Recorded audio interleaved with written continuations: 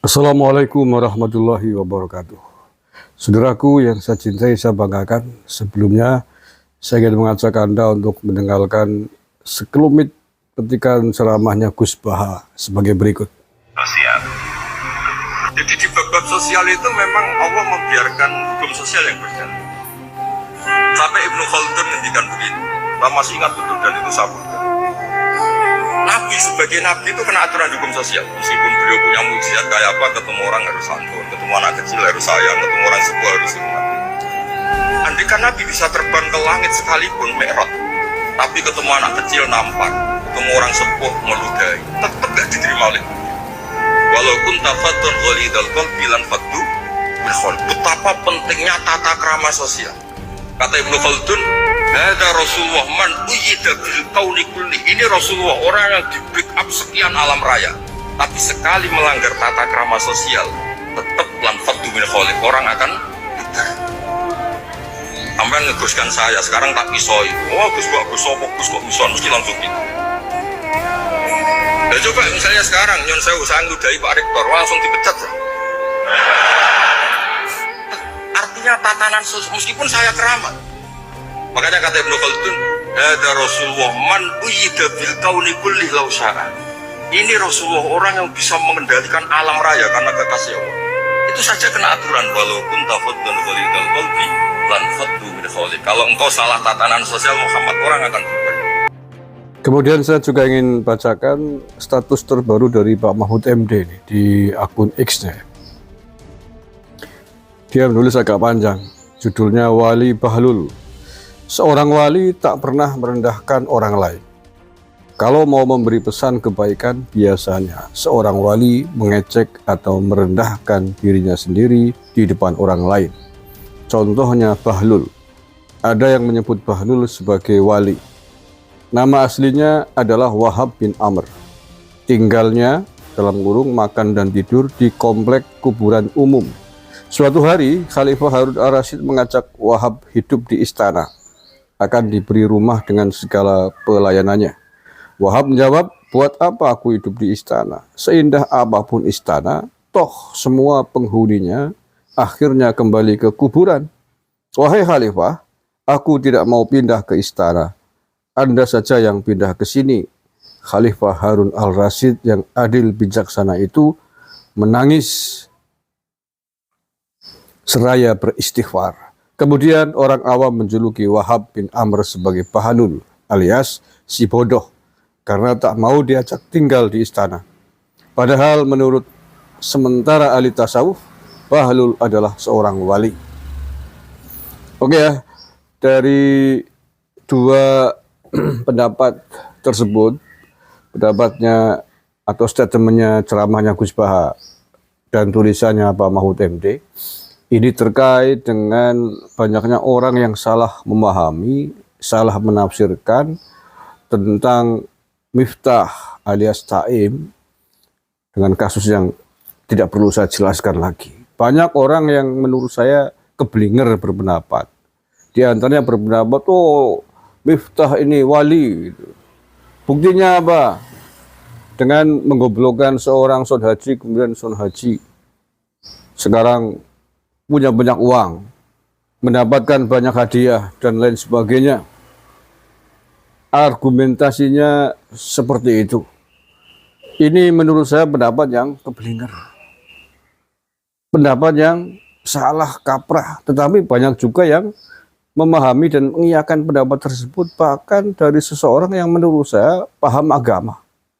Paham agama tapi salah memahami tentang apa itu berkah, apa itu wali.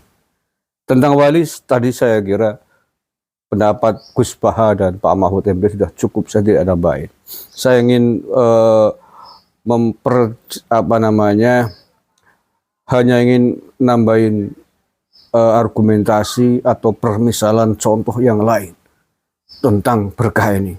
Ketika Pak polisi menangkap bandar narkoba misalkan, ketika Pak polisi menangkap perampok kelas kakap misalkan, kemudian Pak polisi ini naik pangkat, apakah ini berkahnya perampok?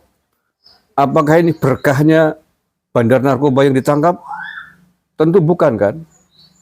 Itu adalah berkahnya perjuangannya Pak Polisi dalam konteks nahi mungkar, melawan kezaliman, menjalankan tugasnya dengan baik. Paham ya? Jadi bukan berkahnya perampok, bukan berkahnya bandar narkoba, tapi berkahnya Pak Polisi di dalam menjalankan tugasnya dengan baik, melawan musuh-musuh negara, melawan sampah-sampah bangsa. Sehingga dia kemudian naik pangkat. Paham ya? Jadi kalau ada orang mengatakan, wah Pak Polisi ini gara-gara nangkep bandar judi, bandar narkoba, itu berkahnya bandar judi, goblok namanya. Yang kayak gini saya goblokin. Tapi ngoblokin penjual ST ya itu goblok ya. Ya paham ya. Ada lagi atau contoh yang terkait dengan saya sendiri. Beberapa waktu yang lalu menjelang FPI dibubarkan, klubnya Rizik Syihab, grup FPI ini, saya termasuk yang paling tegas melawan gerombolan mereka. Karena saya anggap bahwa gerombolan mereka adalah gerombolan musuh bangsa yang ingin menegakkan negara Islam dengan konsep khilafah itu. Saya anggap itu musuh bangsa karena melawan kesepakatan para pendiri bangsa tentang negara kesatuan Republik Indonesia. Kemudian saya mendapat uang dari YouTube ini, dari AdSense ini. Kemudian ada kiai di Banyumas, ada kiai ngomong, kamu harus berterima kasih dengan FPI, dengan Rizik Syihab. Karena gara-gara FPI Rizik Syihab ini kamu dapat uang dari YouTube gitu. Ngomongnya serius, bukan ngomong gelewean loh.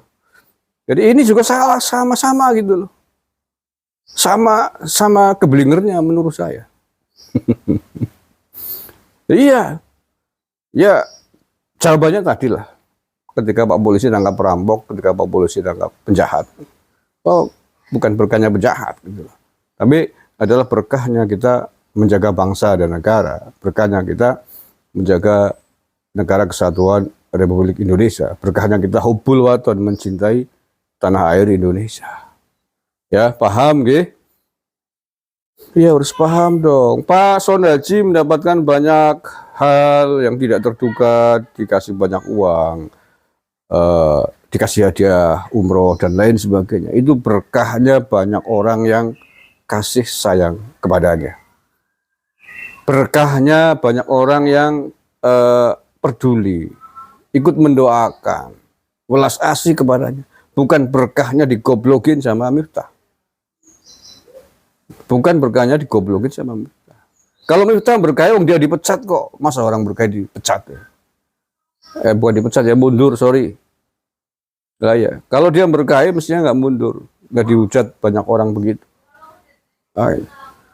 Ya, paham ya? Mudah-mudahan tidak ada yang salah paham lagi tentang berkah, tentang wali gitu. Wali tadi udah dijelasin lah. Nggak usah bilang wali. Kanjeng Nabi sendiri kena hukum sosial sebagaimana tadi Gus Baha menjelaskan dengan sangat jelas. Nggak perlu saya ulas, nanti malah salah saya ulasnya. Dan Pak Mahfud MD juga tadi sudah mengatakan, wali pantang menyakiti orang lain, pantang menghina, merendahkan orang lain. Oke, terima kasih. Assalamualaikum warahmatullahi wabarakatuh.